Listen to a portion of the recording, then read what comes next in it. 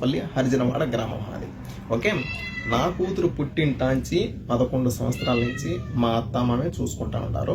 Okay, వాళ్ళ present అయితే ఆర్థిక పరిస్థితి బాగలేక మా యొక్క కోయేట్కి వస్తా మా కూతుర్ని వాళ్ళ చిన్న కూతురి దగ్గర, అంటే మా మరదల దగ్గర మా కూతురు బాధ్యత మా మరదలకైతే అప్పచెప్పేసి కోయేట్కి అయితే వచ్చింది.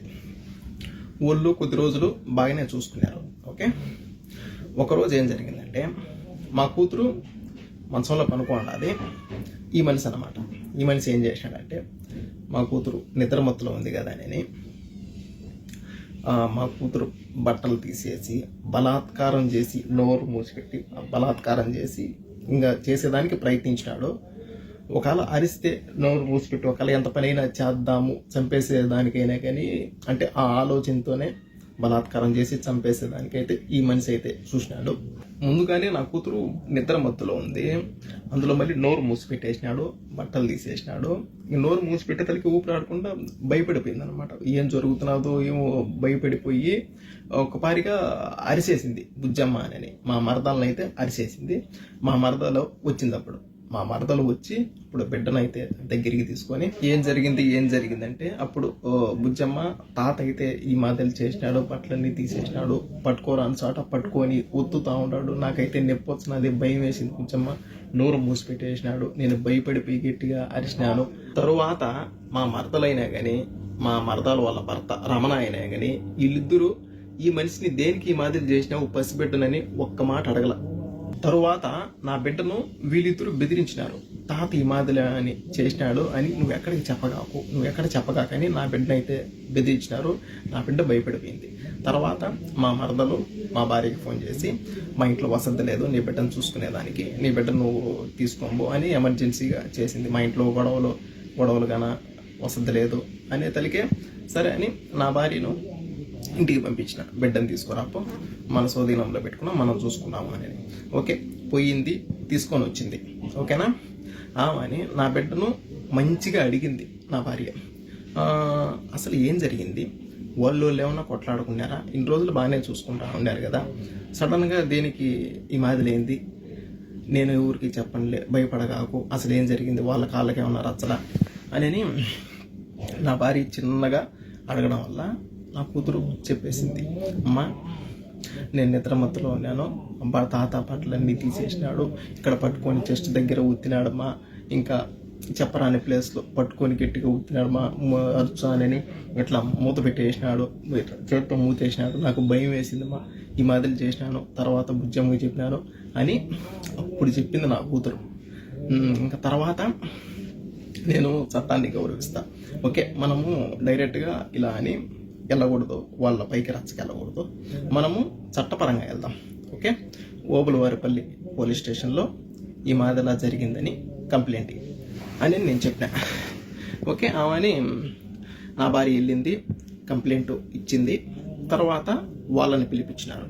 వాళ్ళని పిలిపించి ఈ మాదిలా జరిగిన దానికి వాళ్ళను ఒక్క దెబ్బ కూడా కొట్ల, ఏదో 2 మాటలు తిట్టి ఆమెని అక్కడి నుంచి ఇంకా మీ జోలికి, మీ బిడ్డ జోలికి ఇంకా వాళ్ళు రారు అని పంపించేసినారు. ఎవరిని వల్ల ఆడ పంపించేసినారు. ఓకే, ఆమెని ఆ రోజు ఇంటికి వచ్చిన తర్వాత మరుస రోజు నా భార్య కోయేటికి రావాలి మళ్ళీ రిటర్న్. ఓకేనా, ఆ రోజు నైట్ ఏం జరిగిందంటే ఇది ఒక ఆడబిడ్డ పరువు అనమాట. ఇది ఒక ఆడబిడ్డ మానానికి సంబంధించిన వీడియో, బయట పెట్టుకోకూడదు కానీ పరిస్థితి వచ్చింది. ఓకేనా, బయట పెట్టుకునే పరిస్థితి వచ్చింది.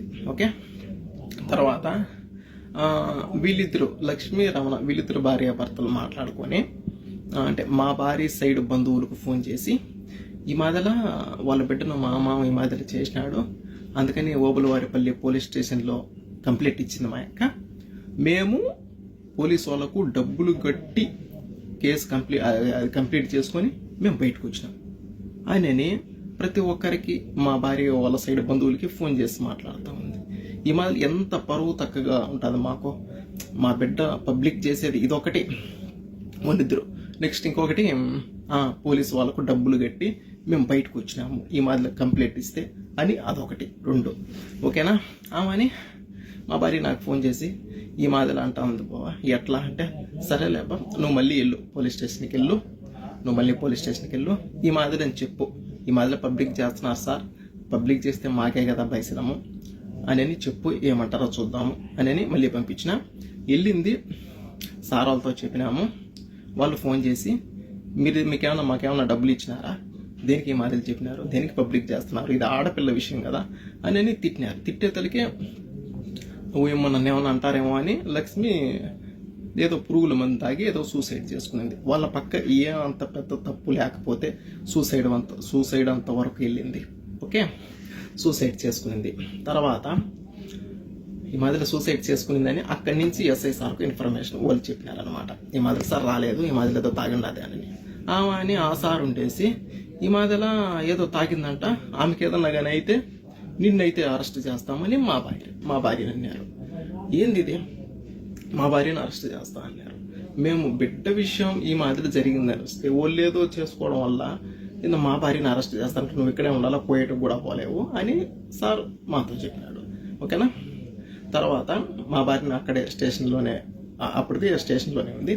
తర్వాత లక్ష్మిని అంటే మా మరదల్ని హాస్పిటల్కి తీసుకెళ్ళి అంతా బాగా అయిన తర్వాత మళ్ళీ తీసుకొని వచ్చారు. తర్వాత సార్ ఉండేసి అంక బాగుండదు అట్లే, ఇంకా నువ్వు కూడా వెళ్ళిపో ఇండియాకు, ఇంకా ఈ గొడవలు ఏమొద్దు అని మళ్ళీ పంపించేసినారు. అక్కడి నుంచి మా భార్యని పంపించేసినారు.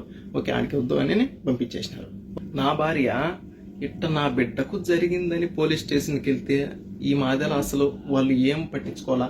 నెక్స్ట్ ఇంకొకటి ఏదో ఆ ఎమ్మి చేసిన దానికి మళ్ళీ నన్నే అరెస్ట్ చేస్తా ఉండారు అని నా భార్య ఆలోచించి, ఇంకొకటి వీళ్ళిద్దరు భార్యాభర్తలు నా బిడ్డ గురించి మా భార్య సైడ్ బంధువులందరికీ ఈ మాదిరి బయటికి చెప్పి మా మామ ఈ మాదిరి చేసినాడు, కేసు పెట్టింది, మేము డబ్బులు కట్టి బయటకు వచ్చినాము అని ఈ మాదిరి అందరికీ చెప్పి వీళ్ళు చేసింది ఇదొక్కటి. ఇంకా వీళ్ళు పోలీసు వాళ్ళు ఈ మాదిరి అసలు పట్టించుకోవాలా. ఈ మాదిరి ఆడబిడ్డకు జరిగిందంటే ఈ మాదిరి పట్టించుకోవాలా. ఈ రెండు ఆలోచించి ఎవరు సపోర్ట్ చేయలేదు. నా బిడ్డకు ఈ మాదిరి జరిగితే ఎవరు సపోర్ట్ చేయలేదు అని ఆలోచించి నా భార్య సూసైడ్ చేసుకునింది. ఏదో తాగింది. తర్వాత మేము కూడా హాస్పిటల్కి తీసుకెళ్ళి ఎలాగాలో ఎంత కక్కించుకొని చిన్నగా ఎలాగాలో బయటికి నేను తెచ్చుకున్నా. తర్వాత అంటే వీళ్ళిద్దరు లక్ష్మీ రమణ వీళ్ళిద్దరు కలిసి అంటే పబ్లిక్ చేసినారు కదా, మా భార్య వాళ్ళ బంధువులకి పబ్లిక్ చేసినారు కదా. ఇంకా ఒక్కొక్కరు చేసి ఈ మాదిరి జరిగిందంట కదా, మీరేం చేయలేదా, వాళ్ళేమో డబ్బులు కట్టుకొని బయటకు వచ్చినారంట, మీరేం చేయలేదా అని ఒక్కొక్క మాటలు మాట్లాడుతూ ఉంటే ఏందిరా ఇది, ఇల్లు అనబోతే ఇట్లా చేసినారు. నెక్స్ట్ ఇంకా చట్టపరంగా చట్టాన్ని గౌరవించి పోలీసు వాళ్ళ ద్వారా వెళ్దాం అనుకుంటే వాళ్ళు ఏం చేయలేకపోయినారు. ఊరికే మాటల వరకు మాట్లాడి పంపించేసినారు. తర్వాత ఏంటిది ఏం చేయాలో నాకు అర్థం కావడం లేదు. ఆడబిడ్డకి ఈ మాదిరి జరిగితే చట్టం కూడా సీరియస్ గా తీసుకోవాలా. నాకు అర్థం కాల. వీళ్ళు పబ్లిక్ చేసి ఈ మాదిరి మాట్లాడుతూ ఉండేది ఒకటి, వీళ్ళు పోలీసు వాళ్ళు పట్టించుకున్నది ఒకటి. అబ్బా నాకేం అర్థం కాల. అని మొత్తానికి ఎట్లయితే ఎట్లా అవుతుందని మొత్తానికి ఒక కన్న తండ్రిగా నిర్ణయం తీసుకున్నాను. ఈ విషయంలో ఎవరు ఏం చేయలేకపోయినా కానీ నా బిడ్డను నేను కాపాడుకోవాలా. ఎవరు సపోర్ట్ నిలబడకున్నా కానీ నా బిడ్డ సపోర్ట్ నేను నిలబడాలా. ఒకవేళ నేను వీళ్ళు నెట్టి సైలెంట్ గా నేను ఉంటే ఇంకా నా బిడ్డకి ఈ మాదిరి జరిగిన దానికి ఒక కన్న తండ్రిగా నేను బ్రతికుండి కూడా సచ్చినట్టే లెక్క.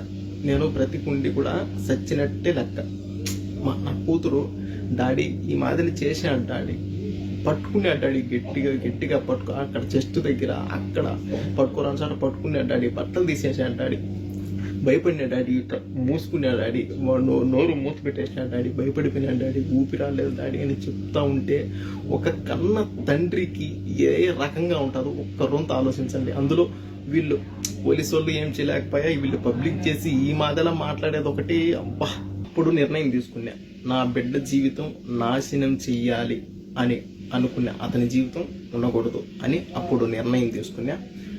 ఎవరికి తెలియదు నేను ఇండియాకు వస్తా ఉన్నట్టు, ఎవరికి తెలియదు. మా కోయటలతో మాట్లాడుకొని ఒక 4 రోజులు సెలవు కావాలని చెప్పి పాస్పోర్ట్ తీసుకొని 2 టికెట్లు నేనే కొనుక్కొని మా భార్యకి కూడా నేను ఎడార్లేకి జాకూర్కి వెళ్తున్నాను అని చెప్పి నేను ఇండియాకు వచ్చిన. కువైట్ నుంచి ఇండియాకు వచ్చి నేను చేసే పని అతన్ని నేను చేసి తర్వాత మళ్ళీ నేను కువైట్కి వచ్చిన.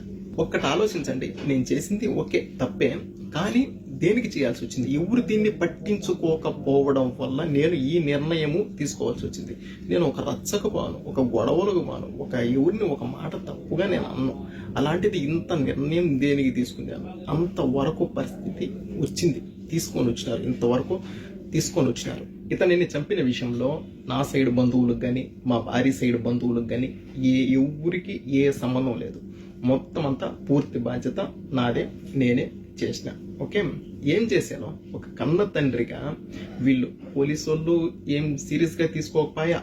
వీళ్ళు అనబోతే లక్ష్మి వాళ్ళ భర్త ఈ మాదిలా అందరికీ ఫోన్లు చేసి అల్లరిపాలు చేస్తూ ఉండి రెచ్చగొట్టినట్టు మాట్లాడుతూ ఉండి ఒక కన్న తండ్రిగా ఇంకా నేను ఏం చేశాను? ఇంకా నిర్ణయం తీసుకోవాల్సి వచ్చింది. నిర్ణయం తీసుకున్నా, ఇండియాకి వెళ్ళినా, చేసే పని చేసినా, మళ్ళీ కువైట్కి వచ్చిన. ఓకే, ఇండియాలో అంటే అక్కడ ఈ మాదిల మనిషిని చంపినారు అని తెలుసు, కానీ దేనికోసం చంపినారు, ఎవరు చంపినారు, అంత ఇతనేం చేసినాడు అని తెలీదు. ఇతనేం చేసినాడు, అంతవరకు చంపేంతవరకు ఏం చేసినాడు అని ఎవరికి తెలీదు. అందుకని ఇంకా నా జీవితం పోతే పోయింది నాకు తెలుసు, ఎందుకంటే తప్పు చేసిన పోతే పోయింది. అందుకని బిడ్డ పరువు కూడా పబ్లిక్ చేసేసినారు. అందుకని దీనికోసం వీళ్ళు ఈ మాటలు చేసినారు. అందుకని నేను ఇలా చేయాల్సి వచ్చింది. అందుకని నేను ఈ వీడియో పెడతా ఉంటా. నేను చేసింది తప్పు, నేను ఒప్పుకుంటున్నా. చట్టాన్ని గౌరవించి నేను ఈ విషయం నేను పబ్లిక్ చేసి నేను లొంగిపోయేదానికి నేను వస్తా ఉంటా. నేను ఇండియాకు వస్తున్నా, నేను సరెండర్ అవుతా. ఓకే, నేను చేసిన తప్పే, కానీ నా బిడ్డకు ఈ మాదిరి జరిగింది, ఎవరు పట్టించుకోకపోవడం వల్ల నేను ఈ మాదిరి చేయాల్సి వచ్చింది. ఈ రోజు నా బిడ్డకు జరిగింది, రేపు ఒకవేళ మీ బిడ్డకు, మీ ఇంట్లో ఆడవాళ్ళకు ఈ మాదిరి జరిగితే పట్టించుకోకుండా ఒకవేళ ఇంకెప్పుడు పట్టించుకుంటారో, తేటిగా ఆడబిడ్డల మాన ప్రాణాలు తేటిగా పోయిన తర్వాత, సమాధిలోకి వాళ్ళు వెళ్ళిన తర్వాత పట్టించుకొని ఏం ఉపయోగం? ఒక నా బిడ్డ గురించే కాదు, ప్రతి ఒక్క ఆడబిడ్డ గురించి నేను ఆలోచించి ఈ మాదిరిలో ఒకవేళ ఎవరైనా ఈ మాదిరి చేస్తే, ఒకవేళ ఎవరు ఏం చేయలేకపోయినా కానీ, ఒకవేళ వీళ్ళ బంధువులు అయినా కానీ, వీళ్ళ తండ్రి అయినా కానీ, అన్న అయినా కానీ, తమ్ముడైనా కానీ, ఒకవేళ ఏమో ఏదైనా చేస్తాడో తెలిసిన తర్వాత అలా భయపడైనా కానీ ఆడపిల్లల జోలికి రాకుండా ఉంటారు అని ఆలోచించి నా జీవితం పోయినా పర్వాలే, బిడ్డ పరువు ఈ మాదిరిలో పోయినా పర్వాలే, ఇంకొకరు బాగుంటారు కదా, ఇంకొకరికి ఇది విషయం అని చెప్తానే, ఇంకొక బిడ్డకు ఈ మాదిరిలో జరిగింది అని చెప్తానే అప్పుడైనా సీరియస్గా పట్టించుకుంటారు కదా అనే ఆలోచనతో నేను ఈ పని చేసిన. ఈ వీడియో రాజకీయ నాయకులకు, సీఎం సార్ చంద్రబాబు నాయుడు గారికి చేరేంత వరకు షేర్ చేయండి. ఎందుకంటే ఈ మాదిరిలో జరిగిన దానికి ఆడపిల్లల మాన ప్రాణాల గురించి ఖచ్చితంగా వీళ్ళు మాట్లాడాలి. ఇలా జరిగిన దానికి ఖచ్చితంగా వీళ్ళు దీనిపైన రియాక్ట్ అయ్యి ఖచ్చితంగా మాట్లాడాలి. నా సపోర్ట్ మాట్లాడండి అని నేను అనడంలే. ఓకే, ఇలా జరిగినందుకు పట్టించుకోకపోవడం వల్ల ఈ మాదిరి జరిగింది. ఈ విషయం పైన ఖచ్చితంగా కువైట్లో ఉండే యూట్యూబ్ ఛానళ్ళు, ఇండియాలో ఉండే యూట్యూబ్ ఛానళ్ళు, మీడియా ఛానళ్ళు ప్రతి ఒక్కరూ ఈ విషయం పైన తప్పకుండా మాట్లాడండి. నేను ఇండియాకు వస్తున్నాను, నేను తప్పకుండా పోలీసులకు నేను సరెండర్ అవుతాను. మీరు ఇప్పుడు దీన్ని బట్టి, జరిగిన దాన్ని బట్టి మీరు ఏ శిక్ష చేసినా నేను తీసుకునేదానికి నేను రెడీ. నేనైతే ఇండియాకు వచ్చి మీకు నేను సరెండర్ అవుతాను. దీంట్లో మా వాళ్ళకి కానీ, మా భార్య సైడ్ వాళ్ళకి కానీ, నా సైడ్ వాళ్ళకి కానీ ఎవరికి ఏ సంబంధం లేదు. మొత్తం అంతా చేస్తే నేనైతే వచ్చి నేను మీకు సరెండర్ అవుతాను. ఒకసారి నా కూతురు చెప్పిన మాటలేనండి. ఎక్కడెక్కడ పట్టుకున్నాను బాస్ పోసుకున్నాక ఏ తాత పట్టుకునిందా? వద్దు తాత, మళ్ళా ఎందుకు పట్టుకున్నావు తాత? నిద్రపోయేటప్పుడు పట్టుకున్నాడా? నిద్రపోయేటప్పుడు దిగుపోతా తాత ఆంజనేయ తాత దగ్గర పనుకుంటే పోయి ఇక్కడ పట్టుకున్నాడు. ఈ మాదలు చేసిన డాడీ అని నా కూతురు చెప్తే ఏ తండ్రికి అప్పుడు ఉంటాడు? చట్టపరంగా పోవాలని పోలీసు వాళ్ళకి కంప్లైంట్ ఇచ్చే వాళ్ళు వాళ్ళ దగ్గర డబ్బులు తీసుకొని వాళ్ళని వదిలేసి వాళ్ళు ఆ బాధలు చేశారు. పోలీసు వాళ్ళు ఈ బాధలు చేశారు. వీళ్ళు మా మర్దాలు ఇట్లా రమణ, వీళ్ళు ఈ మాదల మీరు కేసు పెట్టినా కానీ మేము డబ్బులు కట్టేసి మేము బయటకు వచ్చినామని